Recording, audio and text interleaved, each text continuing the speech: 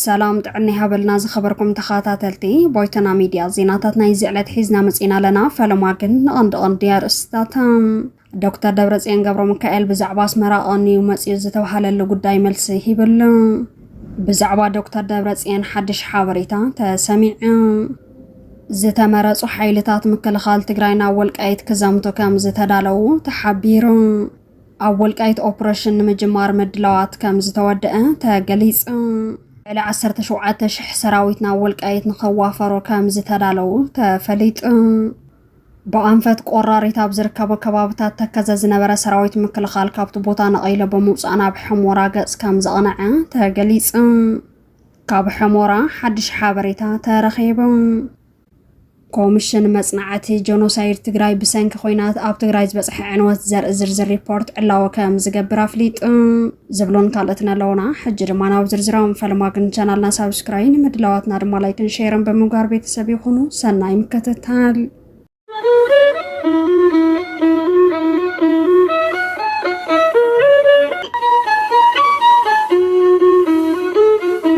دكتور دبرصيان قبر مكائل بزعبا اسمرا اني مصيو استوحلل ጉዳይ መልስ ይብል ኣብዚ ሓለፈ ሰሞን ብዙሓት ሓበሬታታት ብዛዕባ ዶክተር ደብረጽዮን ገብረ ሚካኤል ከቃልሕ ምጽንሑ ዝዝከር እዩ እቲ ሓበሬታ ድማ ብፍላይ ተቃዋምቲ ውድባት ሕወሓት ዝኾኑ ኣካላት ብስፍሓት ከቃልሕ ወድሕረ ምጽናሕ ኣጀንዳ ኮይኑ ከም ዝነበረ ይዝከር እዩ እቲ ሓበሬታ ከዓቦ ወንበር ውድብ ሕወሓት ዝኾነ ዶክተር ደብረጽዮን ገብረ ሚካኤል ከም ዝሓመመ ዝተቃልሕ ኮይኑ ንሕክምና ተባሂሉ ካብ ሃገር ከም ዝወፀ ድማ ዝገልጽ እዩ እቲ ኩሉ ዘገረመ ሓበሬታ ድማ ዶክተር ደብረጽዮን ገብረ ሚካኤል ኣብ ኮማ ከም ዘሎን ብህጹጽ ብዓዲ ግራት ገይሮና ኣስመራ ከም ዝተጓዓዘን ዝገልጽ ሓበሬታ ምውጽኡ ስዒቡ ምዃኑ ይንገር እዞም ምንጭታት ወሲኾም ዶክተር ደብረጽዮን ስዑድ ዓረብ ብኤርትራ ቢሎ ከም ዝተጓዓዘ ዝተገለጸ ኮይኑ ኣብ ስዑድያ ይሕከም ከም ዝነበረ ድማ ተሓቢሩ ኣሎ ስለዚ ድማ ብምትሕባር መንግስቲ ኤርትራ ኣብ ስዑድያ ኮይኑ ክሕከምን ኢሳያስ ኣፈወርቂ ፈታዊ ዝኾነ ዓብይ ሆስፒታል ዝርከበሉ ጅዳ ከተማ ከም ዘሎን እዮም ኣፎም መሊኦም ከቃልሑ ጸኒሖም ዘለዉ በዚ መሰረት ድማ ህይወቱ ኣብ ከቢድ ሓደጋ ከም ዘላ እዩ ብስፍሓት ዶክተር ደብረጽዮን ገብረ ሚካኤል ክንገረሉ ጸኒሑ ዘሎ እዚ ድማ ናይ ብልጽግና ሚድያታት ከም ዓወት ቆጺረን ዶክተር ደብረጽዮን ክሞት ኢሉ ኣብ ሕክምና ተቐሚጡ ኣሎ ብምባል ከቃልሓ ጸኒሐን ኣለዋ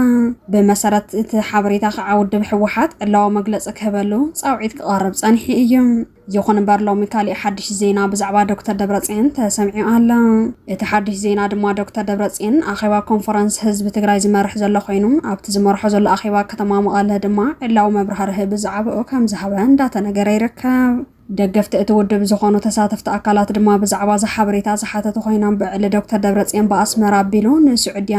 እንተ ገይሹ ሓቲቶሞ መልሲ ሂቡሉ ኣላ ዶክተር ደብረጽዮን ገብረ ሚካኤል ንዓይን ውድበይን ዝጸልኡ ሰባት ሕማም ተመኒዮም ለይምበር ካብ ትግራይ ወፃእ ኾነየ ክብል ግልጽ ዘረባ ተዛሪቡ ኣላ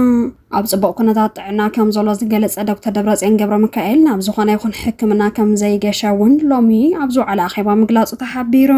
ስለዚ ድማ ሙሉእ ብሙሉእ ጸላእቲ ናይ ውሽጥን ናይ ደገን ተናቢቦም ዝፈጠርዎ ዜና ምዃኑ ገሊጾም ኣለዉ ይኹን እምበር ኣስመራ ኸይዱ ዝበልዎ ከም ወንጀል ክቑጸር ምእንታን እዩ ዝበለ ዶክተር ደብረጽዮን ገብረ ሚካኤል እዚ ግን ሓጢያት ዘይኮነስ ንገብሮ ንኽእል ተግባር እዩ ኢሉ ኣሎ ህዝቢ ትግራይ ሎሚ ካብ አዲስ አበባ አስመራ ከም ተቀርቦ ፈሊጡ በላዒ ተጋሩ ኮይኑ ዘሎ ናይ 4 ኪሎ ቤተ መንግስቲ ገዲፍና ፖለቲካና ምስ አስመራ ክኸውን ክብል ተሰሚዑ እዩ እዚ ድማ ካብቶም ተሳተፍቲ እቲ ኣኼባ ዝለዓለ ኣድናቆት ከም ዝረኸበ ካብ ትግራይ ዝረኸብናዮ ሓበሬታ ይረድእ ፖለቲካ ትግራይን አስመራን ሎሚ ብዕለ ከም ዝወፀ እዩ ዘመላኽት ክብሉ ካብ ዘረባ ዶክተር ደብረጽዮን ገብረ ሚካኤል ተላዒሎም ተንተንቲ ፖለቲካ ይሕብሩ ኣለዉ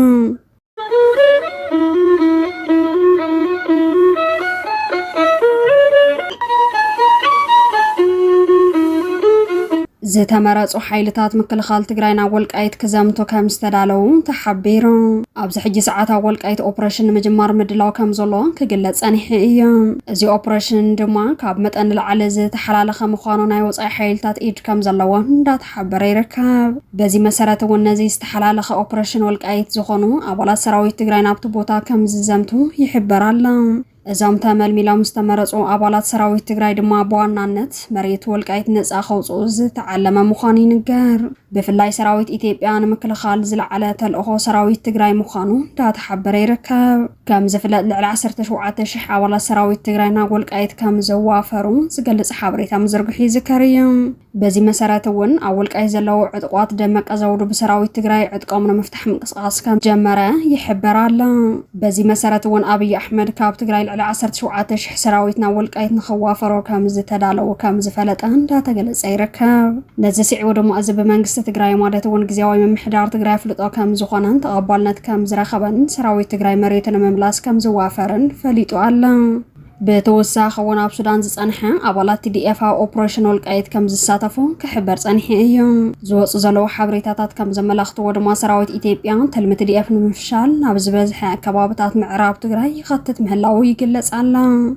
لو دما اتي بانفت قراريتا بزركبو كبابتات تكزز نبره سراويت مكلخال كابتو بوتا نقيله بموصانا بحمرا غص كم زقنعن دا تجلص يركب بوغان كوناريل دمك ازودر دما ابز تفلالي بوتاتات زنبرو ناي بعل عطوات حموراك خبوا يجبر محلاو تفليطو الله ازام قصراونا 5000 زصقعو عطوات دما بحجز بلصقنان كالوت ناي دغ حيلتاتن زسلطنو مخانم يفلنت وانا علامه زدم حيلتات مكلخال تግራይ ተከዘነ መስጋራን ተሐሲቦም ኣብ ቅድሚኦም ዝጸንሕ እዚ ሰላም ኣስከባረ ዝብል ሾም ዘለዎ ቁጽሩ ዘይፍለጥ ናይ ኮነሬል ደመቀ ዘውድ ሓይለ ከም ዝኸውን ተገይሮ ከም ዝተዳለወ ክግለጽ ጸንሒ እዮም يخون برلو ميتراف تكذا ككلاخل راب حمورا يأكبو محلاومن أب كبير جنقات كم زلون زرخونا يحوريتا يرد سلزخعا أب كرواجزي أوبريشن أول قايد كجمار مقانون دا تجلس أي ركاب ودب حوحات يخون جنرال تادس وردن حلفت سراويت تي دي اف النازي كمار حوا موخانوم زي تجلس أخينو سراويت إرتراد ما بدنبر عفارن تجراين أب تتنقل كم زان نحتاج ليتسؤالا أزد ما بفلاي بإرتران عبي أوبريشن تي دي اف بحنق أوتا كم زي صبيو بصفحات دا تقلت أي ركاب